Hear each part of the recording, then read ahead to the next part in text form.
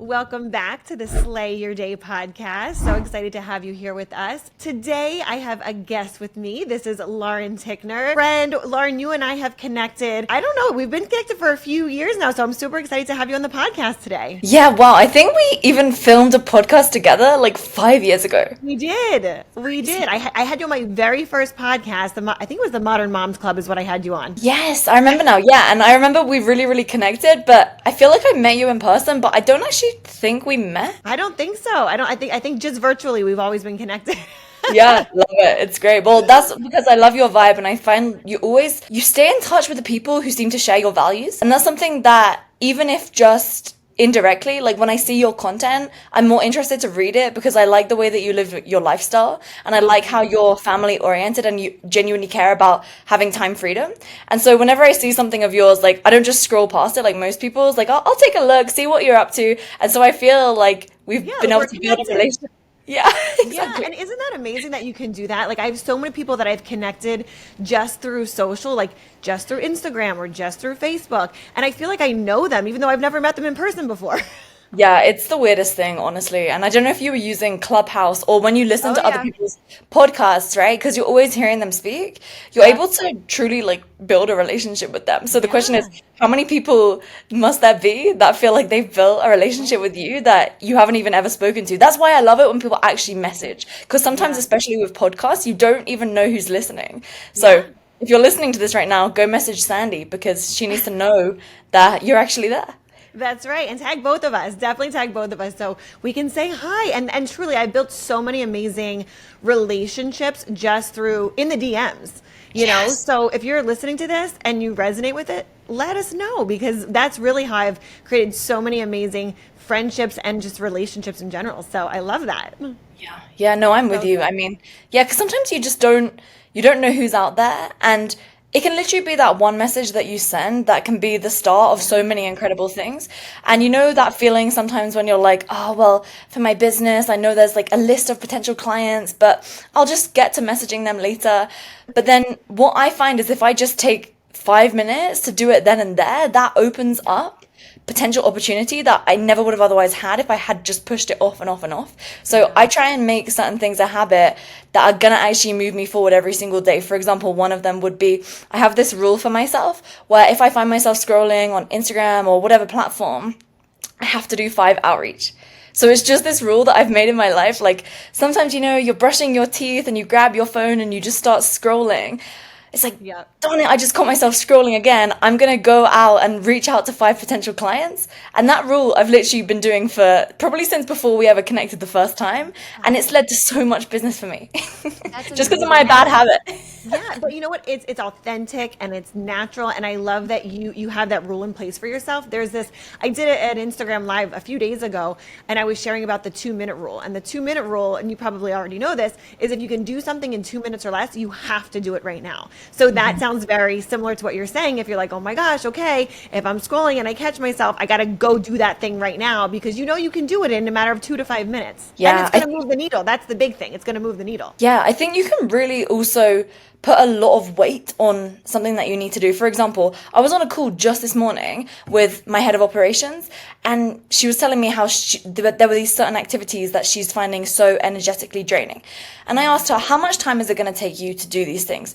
And she said, probably an hour a day. Right. And I got her to tell me what are all those things. And there is no way it's an hour a day, probably 15 to 20 minutes tops. And I gave her this analogy, and essentially, imagine you're walking up a really steep hill, like a mountain edge, and you've got this giant backpack on your back that's weighing like, I don't know, 100 pounds, right? Well, it's hard to get that off your shoulders because you're going to have to push it up. It's going to be really heavy. But if you take a few seconds to just take it off, then you're able to literally go up that hill so fast and without anything weighing you down. And that's the way that I see these type of activities. It's like those things Yes. that are draining your energy. It's like a heavy backpack backpack on your back that's slowing you down from moving forward, because it's like the thought of that thing that you need to do is a thing that's actually weighing you down more than anything else, because it's not the activity, it's the way that you perceive the activity. And so every time there's something that I really don't want to do, I literally imagine myself walking up a steep hill with a backpack on my back, and I think, okay, let's commit to taking this off so that I can sprint and actually get on with the rest of the things that I'm doing. So good. I mean, and think about it, like everyone that's listening right now, think about in your mind, like what is that backpack? Like the analogy that Lauren just gave us. Like what are you thinking with right now that is so heavy that you're carrying around with you that all you have to do is just take it off? I love that. That's such a great analogy because we all do so much all day long, right? And it's like if we could just release that and let it go, it allows you to really focus on what's going to move you forward, and you don't have to carry all that heavy other stuff with you. Yep. So It's good. beautiful. Well, you spoke about protecting your energy, right? About like being able to, when you have all these things going on, and whether you're a mom or you're a business owner, or like it doesn't matter what or how many hats you're wearing, like we all do a lot. Let's just get that out there. We all do a lot. So what is one of your rules, or maybe you have a couple rules that have helped you in protecting your energy when it comes to your business, or just really like showing up where you know you need to show up and put your time and attention? Yeah, so in the beginning, I, much like probably a lot of people listening to this right now, I think especially as women, we can very much have people-pleasing tendencies. So I felt really guilty if I said no to something that I didn't want to do. For example, if somebody would text me and ask me like, hey, can I just pick your brain? Or, hey, can you just look at this for me? Or can you pick me up from the airport? I would always say yes, and I would feel obliged to do it. And so in the beginning, this was really, really hard for me. But I remember having some conversations with some friends who were all making tens of millions a year. And they were telling me that what their schedule looked like. And everything on their schedule they had personally selected that they wanted to do. And they had barriers and boundaries around everything, literally everything. And so the first thing I did for myself, because it felt like I was able to do this, is I started putting stickers on my cupboard for my cleaner to know where to put everything, because she would always put stuff away, and then exactly, and then I would clean it again because it wasn't where I wanted it to be. And I felt like, because I was already paying her, okay, I can actually set a boundary with you. And then over time I started to get even more particular about how I protect my energy. And so what I do every few weeks, and a mentor of mine, Alex Sharfin, told me to do this, was every 2 weeks do a time study. And so what I think about it as is like a revenue review.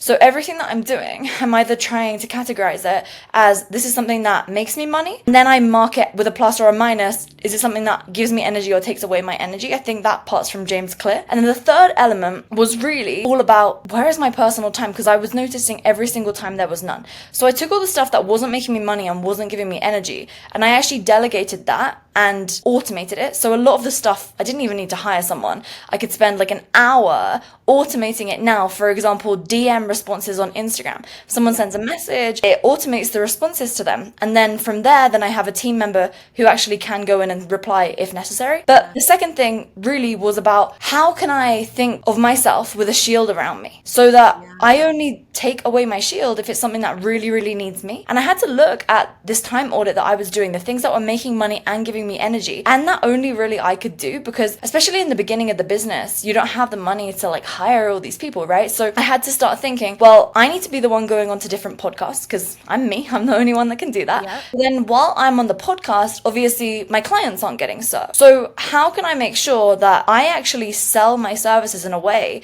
so that people understand that they don't have 24/7 access to me? Because I started out as a fitness coach, and I was always selling like 24/7 access to me. You'll get an answer from me within 2 hours or less, which is just unrealistic because you have to sleep at some point. And so I was over promising, and I realized that it's okay not to over promise. Actually, it's better to under promise. So then when a client comes in, they're surprised and delighted about the level of service that they get from you. So over time, I started adding more and more things, but it really came down to me looking at, where's my time and energy going, and is it making me money or not?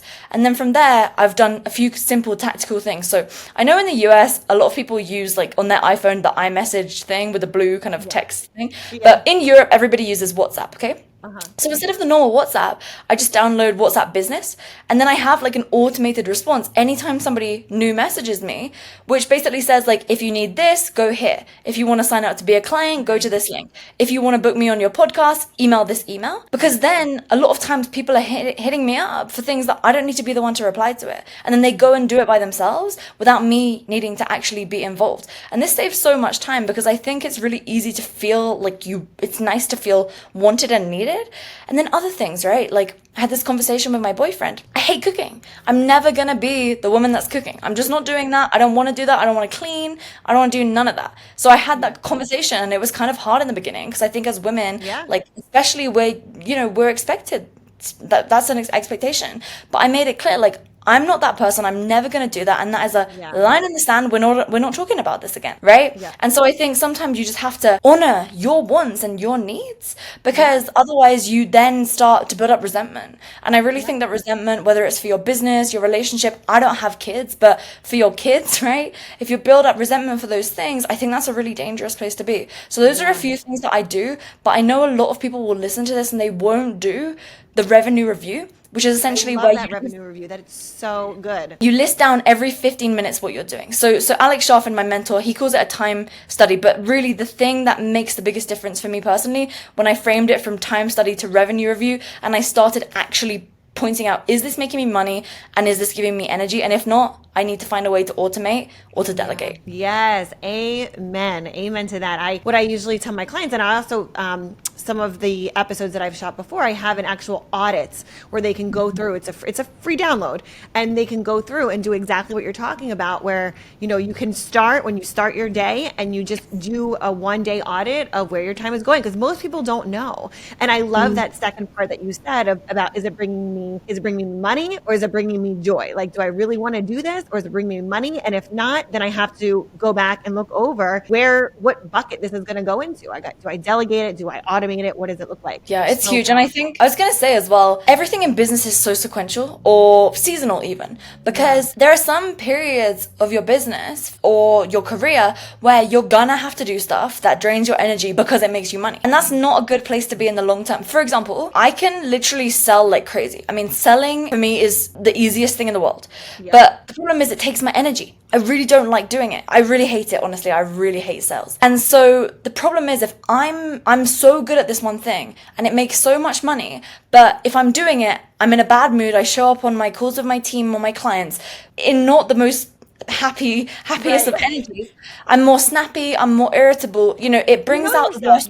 Exactly. It brings out the worst traits in me, exactly. And the only reason I know this is because I thought I loved sales, but I loved the dopamine hit of closing a new client. So every time I would make a sale, I'd feel amazing, and I'd forget all the negativity of following up with my hit list every day, of making those dials, of being on the sales call when I'm starving hungry and I really, really just want to go and work out in the gym because I haven't been able to move my body all day, you know? And so I think it's like, well, with that in mind, for a period of time, that was fine. But then I started to notice, well, my business is making more than enough money where I could easily give 10% away to a salesperson. So I need to get out of this zone. Otherwise, I'm just going to start doing things for the wrong reason, which is all about only making money. And I don't think that's a good place to be in. And it makes you feel trapped to your business, So yeah, as you said, self-awareness, Let me ask you this, because we have a lot of listeners that will be tuning into this, and they're going to be asking, because I already know it's going to come. They're going to be thinking to themselves right now, okay, I'm not at a point right now where I can hire someone to do this. What would your advice be if you are in their shoes, if you're just starting out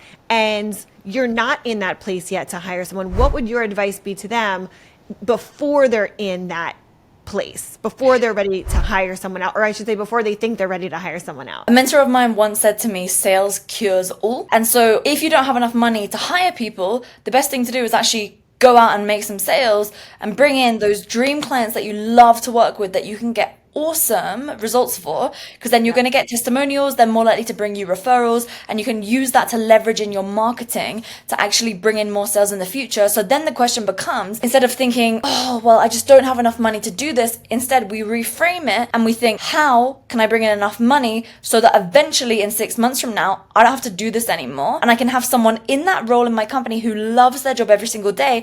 I get to pay for their salary, I get to pay for their lifestyle, I get to pay all their bills. How can I give give this opportunity to somebody? Because I think when we think in a more expansive manner, we're able to create more opportunities for ourselves. And so that's just a reframe that I always make in my mind if I'm feeling like something's dragging me. So now what we're optimizing for has changed. We are optimizing to create an opportunity for somebody else. So how can you build a business that is a dream for, let's just say, a salesperson to come and work at, or for an assistant to want to support you with? So you're only working with clients that you love, things are not chaotic and they're organized, and you have a good volume of leads and new money coming into the business so that it feels stable for everybody. So those are a few of the things that you would want to optimize for. Yep. So the first thing would really to make all this happen is about finding those leads. I think the easiest way to make sales is using social media. And also if you're trying to delegate sales to someone else, if right now you're selling multiple different packages for all different price points with all different things going on because it's your business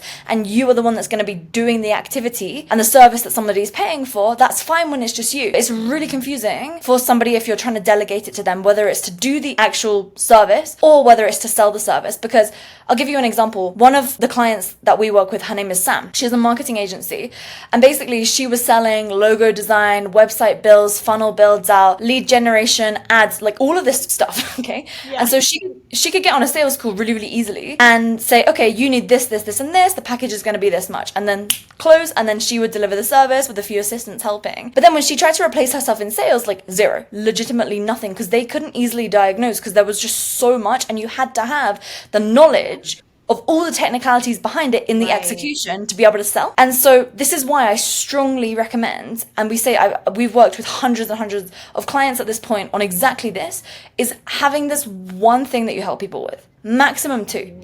And people always have so much resistance to this because you're able to clearly see all the opportunities and all the things that need to be fixed. But it's so much easier to delegate this and also to actually bring in qualified leads when you center everything around one outcome and have a clear product and roadmap to get people towards that. So the question to really think about, journal about, like meditate on is, if I was working only with dream clients, soulmate clients, whatever you want to call it, what would they all be working towards so that we can build an empowered community of everybody striving towards that same outcome? It allows everything to be so much simpler in your business, so much more rewarding and empowering because everybody is supporting each other too. So that's what we always tend to say. And then from there, all of your marketing can be centered around that and making sure that you're not being afraid to actually get people to contact you if they're potentially interested in working with you. Again, this is something that I think so many people are afraid to do. But at the end of the day, if somebody doesn't buy your stuff, then they're not going to get the help that you can provide to them. And I think that often comes down to not being confident in the thing that you're selling.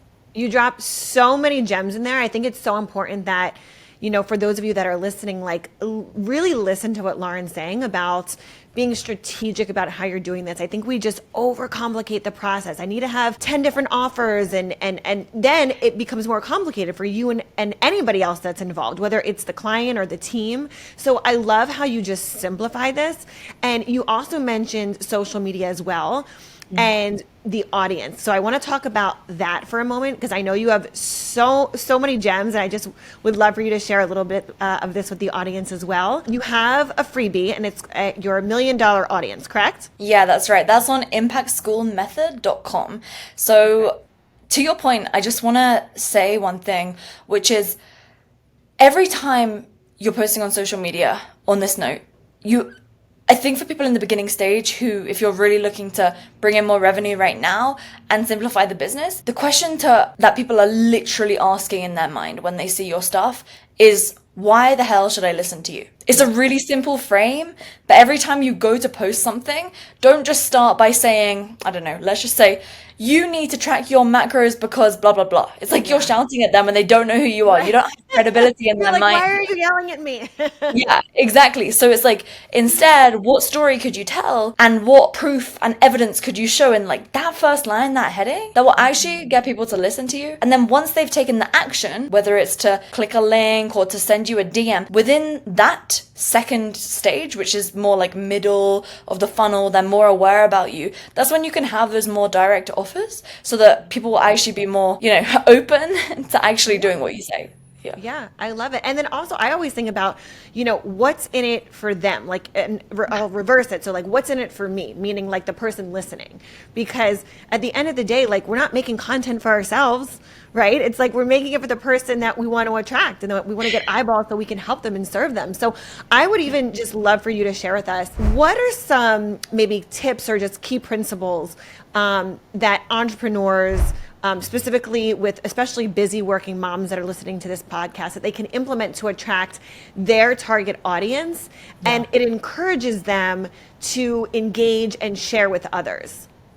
Yeah. I mean, when it comes to content on social media, it really shouldn't be taking more than 60 to 90 minutes a week for all the filming, editing, typing the captions, the copywriting. So if it's taking you more than that right now, then I would strongly suggest go back to the beginning to what we were talking about for the revenue review. Look at your time and where it's going, because it absolutely does not need to take that long. And I think a lot of people mistake the fact that they're creating social media content, I say that with quotations, but actually they're spending time researching reels or TikToks, and you're in this like massive hole of content for 2 hours where you've just been doing research. Okay, so let's get real here. Like, let's be really, really honest with where your time is going, because if it's taking more time than that, then you're clearly doing something wrong. And I say that with love because I want to protect your energy. So real quick, basically splitting content out into people that have no idea who you are, people that follow you or have seen your stuff already, but they've never really inquired about being a client. And then those people, the third group, would be the people that have actually interest in what you offer. It's just that you haven't made an offer for them to opt into to become your client. So it's basically broken into top of the funnel, middle of the funnel, and the bottom of the funnel. And so it's like you take a different pair of glasses every time you're making this content. So the top of the funnel is like what I was talking about earlier. It's like these people have no idea who you are. So how can you showcase credibility and authority? And this is usually best done through your story. So it's like, I did this and here's how. So an example that really, really works for me is like, I became a millionaire at age 23 without OnlyFans, daddy's money, or multi-level marketing. And then I'll say like, here are the 5 habits that allowed me to become a millionaire. Or here's the exact business model that I used to become a millionaire. I'll say something like that. That's proven for me that works. For middle of the funnel, it's more about something very, very, very tactical. And typically the best way to do this is to tell it through a client story. So an example could be, my client was making 3K per month. Now she's making 30K per month without having a huge and stressful sales team. Here are the 5 things we did to make her business hyper profitable. And then you go into like real deep tactics. And then the bottom of the funnel is literally just like, we'll install a social media sales system into your business and coach you one-on-one so you can land between 3 to 5 high-paying clients every single week. That's basically how you split it out into those top, middle, and the bottom of the funnel. And basically just doing one of those posts a week to start, if you can do that, that's a really solid way, because people will start scrolling your content, you'll start appearing more in their feeds, and you'll see what works and what doesn't work. And until you can get these 3 down, just copy paste it onto Facebook, Instagram, like Twitter, LinkedIn, every platform. Because you might as well, you've already made the content, you might as well just put it everywhere. I don't know why more people don't do that.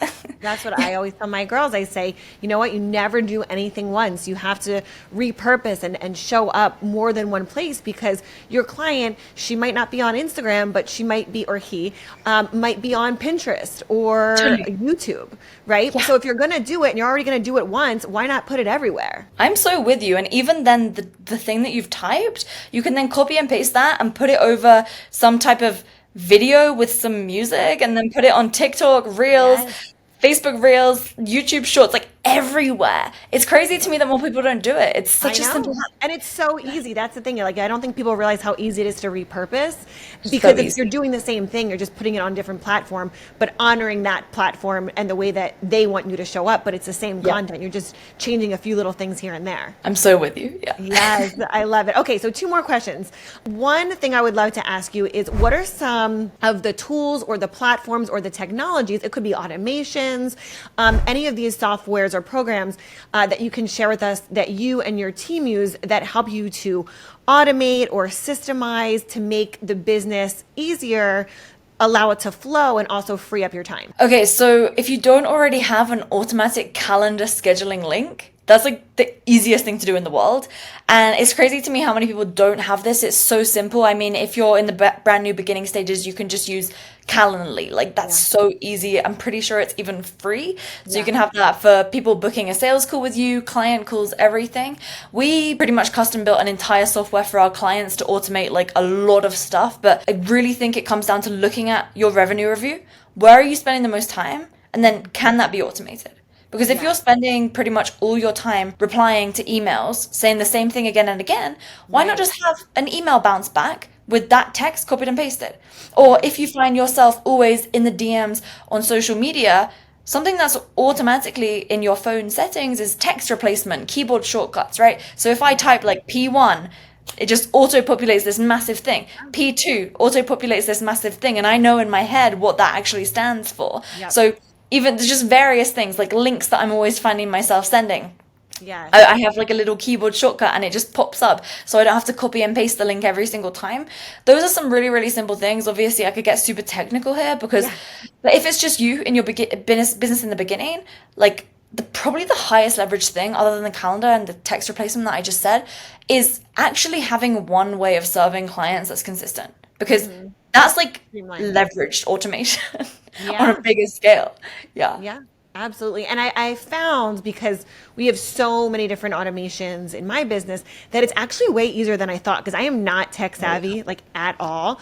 I have someone on my team that is, but that the automations that we've built into my business, they are actually way easier than I thought they would be. So just like you're saying, Lauren, figure out what that audit is and where your time is going and plug one thing in at a time. That's probably the biggest like piece of advice that I would say, to align with exactly the advice that you're telling them, which is like, look at what you're doing, but start with one thing, get that down and running and going, and then add another. Because otherwise you're going to get so overwhelmed and then you won't do anything. But if you know where your biggest time sucks are, start there and then start implementing just one at a time. 100%. I'm Yeah. so with you. I've caused myself to fail by getting overwhelmed before. Yeah, I Like just what I was told saying you, you're about not, the I mean, backpack. all of us. It's all of Yeah, us, yeah. Okay, so my last question for you is because you are amazing when it comes to sales. You're amazing when it comes to helping your clients really scale their businesses and do this in a way that allows them to build also strong communities. Where do you see the future of audience building? Because for so long it's been on social media and it's been like people dancing on TikTok or like just, I feel like it took like a ridiculous turn at one point. So where do you feel like the future of audience building and really just like fueling into community building? Where do you see that going? Yeah, what you just said, building communities, I think that people come for the outcome, but they stay because of the community. So if you can find a way to actually rally everybody around either the same interest or the same outcome, building a community around that is, oh my gosh, people just don't leave then. And then they invite their friends who are like-minded, trying to do the same thing. And I really think that the people that were before they were chasing trends, I think that they're not going to be as successful anymore because Yeah. it's just like nobody remembers the viral TikToker. So how can you make content that actually adds something to somebody's life? Whether it's entertainment or whether it's actually helping them with something. I really believe that those that are building a community around education as well and supporting people, that's going to be where people are going to be able to actually build the most successful business and also a business that you love, because there's nothing more stressful than always chasing trends or always trying to do something just because other people are doing it, like what's the thing that you love and how can you build a community around that? I'd say that's probably the easiest thing to do. That's so good. Well, Lauren, thank you so much for being here today. We are going to post your links below, but please share with the audience where they can find you. Yeah, absolutely. So you listen to podcasts, right? So you can just listen to Impact School podcast. That's available on all of the podcast providers. And then myself, I'm just Lauren Tickner over all social media platforms, LaurenTickner. And you'll be able to find me. I'm not too hard to find. Awesome, Lauren. Thank you so much for being here with us today. Thank you. This was fun.